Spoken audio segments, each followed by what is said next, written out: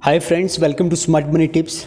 Before proceeding with the video, I will narrate you a small story. I hope आप सब ने बागवान movie देखी होगी। इस मूवी में अमिताभ बच्चन एक बैंक में जॉब करते हैं और हंसी खुशी अपने परिवार के साथ रह रहे होते हैं। उनका हमेशा यही मानना होता है कि बच्चों की एजुकेशन बहुत इंपॉर्टेंट है, जिससे वो अपना भविष्य अच्छे से बना सकें। जब वो काम कर रहे होते हैं, वो अपने परिवार की हर एक ज़रूरत का अच्छे से ख्याल रखते हैं। उन्हें लगता था कि जिन बच्चों को वो पढ़ा लिखा कर काबिल बना रहे हैं, वो बुढ़ापे में उनका सहारा बनेंगे, और इसी वजह से उन्होंने कभी अपनी रिटायरमेंट लाइफ के बारे में नहीं सोचा और ना ही उसके लिए उन्होंने कभी पैसे जोड़े। बट जैसे ही वो रिटायर हुए, उनके बच्चों ने अपने कलर्स दिखाना स्टार्ट कर दिए, जिसके कारण हस्बैंड और वाइफ दोनों को अलग होना पड़ा। उनके बच्चे अपनी लाइफ में इतना बिजी थे कि उनसे अपने माँ बाप का भी ख्याल अच्छे से नहीं रखा गया। हस्बैंड और वाइफ दोनों ही बहुत दुखी थे। बट जैसा हर मूवी में होता है, एंडिंग अच्छी ही होती है। His book gets published and he becomes super rich again. Movie के लास्ट में काफ़ी इंटरेस्टिंग बातें कहते हैं, जैसे कि समय के साथ लोगों की प्रायोरिटीज़ चेंज हो जाती हैं, लोग रिश्ते नाते सब भूल जाते हैं, और ख़ासकर बच्चे अपने माँ बाप का ख्याल अच्छे से नहीं रख पाते हैं, एट्सेट्रा। बट एक इम्पॉर्टेंट मैसेज शायद इस मूवी के थ्रू सबको दिया जा सकता था कि रिटायरमेंट के लिए पैसे इकट्ठा करें, अपने बच्चों को अपना रिटायरमेंट प्लान ना समझें, क्योंकि इंसान की फितरत बदलते देर नहीं लगती। And if you don't have money after retirement, then life becomes more difficult. इसे दिखाने का पर्पस सिर्फ इतना सा था कि अगर हम रिटायरमेंट के लिए आज से नहीं सोचेंगे, अगर पैसा नहीं बचाएंगे, तो हालात कितने ख़राब हो सकते हैं इसका हम अंदाज़ा भी नहीं लगा सकते। And we all can't be lucky like Amitabh Bachchan, जिन्हें एक कैफ़े मिलता है अपनी स्टोरी लिखने के लिए, और उसी कैफ़े में लोग मिले जिन्होंने उनकी बुक भी पब्लिश करवाई। खैर, ये सब चीज़ें मूवी में ही अच्छी लगती हैं, और ना ही हमारी लाइफ किसी मूवी की तरह है जो 3 घंटे में पूरी हो जाएगी।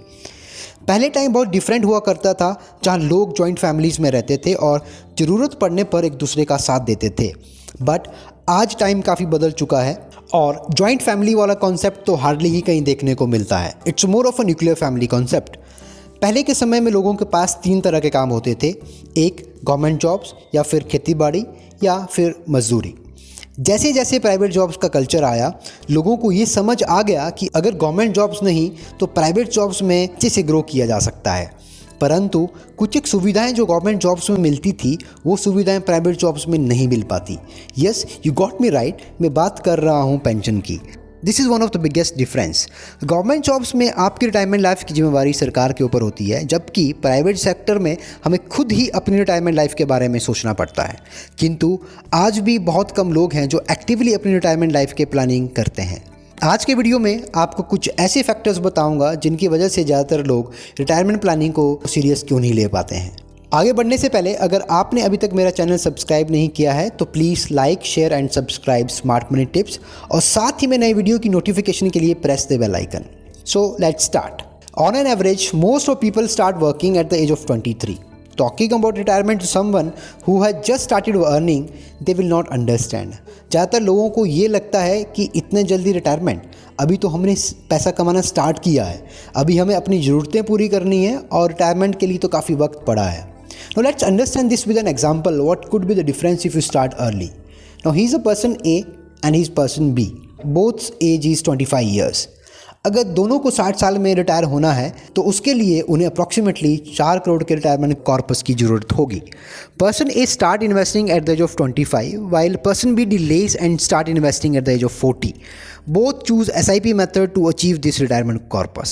To achieve 4 crore corpus, person A has to start with just 5,500 rupees per month, while person B has to start an SIP of approximately 40,000 rupees to achieve retirement corpus. जैसा कि person B ने 40 की as में investment start किया, he paid almost 7 times per month more than person A.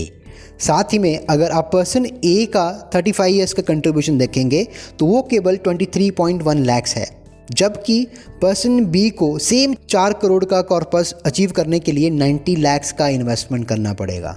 तो यहाँ से हमें ये सीखने को मिलता है कि जितना जल्दी इन्वेस्टमेंट स्टार्ट करोगे, हमें उतना ही ज़्यादा कंपाउंडिंग का बेनिफिट मिलेगा, और साथ ही में कैपिटल इन्वेस्टेड भी कम होगी। The second reason is too many expenses. काफ़ी लोग रिटायरमेंट प्लानिंग के बारे में इसलिए भी नहीं सोच पाते हैं क्योंकि उनके एक्सपेंसेस उनके हिसाब से बहुत ज़्यादा हैं। Most of us follow this when it comes to saving. Income minus expenses is equal to savings. जितनी मेरी इनकम है उसमें से जो भी मेरे खर्चे हैं अगर वहाँ से कुछ बचेगा then that I will save for future. अगर आप भी यही तरीका अपना रहे हो देन सॉरी टू से आप कभी भी पैसा नहीं बचा पाओगे, क्योंकि खर्चे कभी भी कम नहीं होते हैं। हमें इस तरीके को थोड़ा बदलना है और नया फॉर्मूला अपनाना है, that is income minus savings is equal to expenses. पहले सेविंग्स और उसके बाद खर्चे। You can start saving small amount and then increase gradually over a period of time with a fixed percentage so that you can achieve your financial goal. Now the third reason people give that we don't have enough money to start. कुछ लोगों का ये कहना होता है कि हमारे पास इतना पैसा नहीं है कि हम रिटायरमेंट प्लानिंग कर सकें। So do we really need a lot of money to start with? And the answer is no. You can even start with 500 or 1000 rupees and can increase it over a period of time. For example, अगर आप 1000 rupees की SIP 25 years के लिए करते हो then at the end of 25th years you will have approximately 17 lakhs rupees. सोचिए अगर 1000 rupees की SIP से इतना बन सकता है तो 5, 10 या 20 हज़ार की SIP से क्या हो सकता है।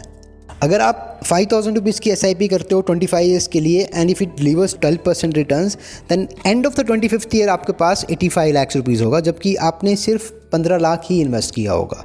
अगर आप 10,000 की SIP करते हो which grows at 12% return then end of the 25th years you will have 1.7 crore rupees, जबकि आपने अपनी जेब से सिर्फ 30 लाख रुपए इन्वेस्ट किया होगा। If you invest 20,000 rupees per month for the next 25 years and if it that grows with 12% CAGR return then end of 25th year you will have 3.4 crore और आपने अपनी जेब से सिर्फ 60 लाख ही इन्वेस्ट किया होगा। Now the fourth reason people gives is that we will work beyond 60. कुछ लोग ये भी कहते हैं कि वो 60 साल के बाद भी काम करेंगे। And why to retire at 60? It's good if you could work beyond 60. But हमें ये नहीं भूलना चाहिए कि human body is also like a machine. जब मशीन नहीं होती है तो उसकी प्रोडक्टिविटी, एफिशिएंसी, पावर और आउटपुट बहुत अच्छी होती है। But with that time it needs a regular repair and after many years it gets replaced with a new one. I'm not commenting on anybody's capability, but जब हम young होते हैं तो हमारे काम करने का जोश, स्पीड, प्रोडक्टिविटी, एफिशिएंसी सब अच्छा होता है, बट समय के साथ ये सब चीज़ें कम होती जाती हैं। And there is nothing wrong if you are prepare for retirement. मान लो आपके पास 60 साल की एज में रिटायरमेंट कॉर्पस रेडी है जो कि आपकी रेस्ट ऑफ लाइफ के लिए सफिशेंट है, then you probably can decide with a relaxed mind whether to work or not. But if you don't have a sufficient money, then आपको forcefully काम करना पड़ेगा, whether you like it or not. Few people say that they don't need retirement planning, और ये सिर्फ उन लोगों के लिए फिट होता है जिनके पास sufficient पैसा है.